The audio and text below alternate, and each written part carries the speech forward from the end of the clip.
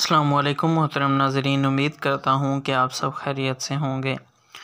محترم ناظرین، آج جس واقعہ کا ہم ذکر کرنے لگے ہیں، حضور صلی اللہ علیہ وآلہ وسلم کا پہاڑوں کو سونا بنا دینے سے انکار۔ تو محترم ناظرین،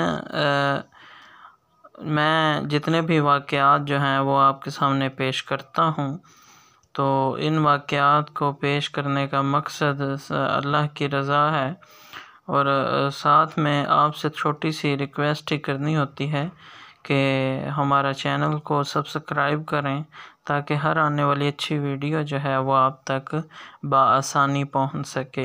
اللہ پاک آپ کے مال، جان اور رزق میں برکتیں عطا فرمائے اور اپنی رحمتوں سے نوازے۔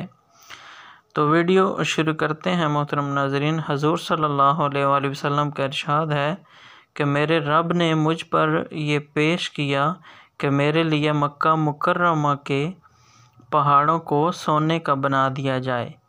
میں نے عرض کیا، اے اللہ، مجھے تو یہ پسند ہے کہ ایک دن پیٹ بھر کر کھاؤں تو دوسرے دن بھوکا رہوں، تاکہ جب بھوکا ہوں تو تیری طرف زاری کروں اور تجھے یاد کروں، اور جب پیٹ بھروں تو تیرا شکر کروں، تیری تعریف کروں۔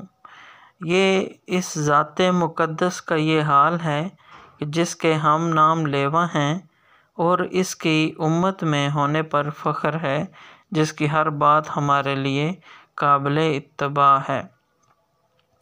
محترم ناظرین، آپ صلی اللہ علیہ وآلہ وسلم کے ارشادات بہت زیادہ ہیں، ہم عمل جو ہے وہ چند ایک پر ہی کرتے ہیں۔ اللہ پاک آپ صلی اللہ علیہ وسلم کی اور اللہ رب العزت کی جو بھی سکھائی گئی باتیں ہیں، اللہ پاک ہمیں ان پر چلنے کا اور ہمارے ایمان کو پختہ کرنے کی اللہ پاک ہمیں توفیق دے۔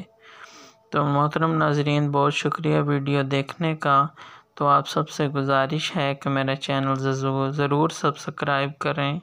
اللہ آپ سب کو دونوں جہانوں کی خوشیاں عطا فرمائے۔ السلام علیکم ورحمۃ اللہ وبرکاتہ۔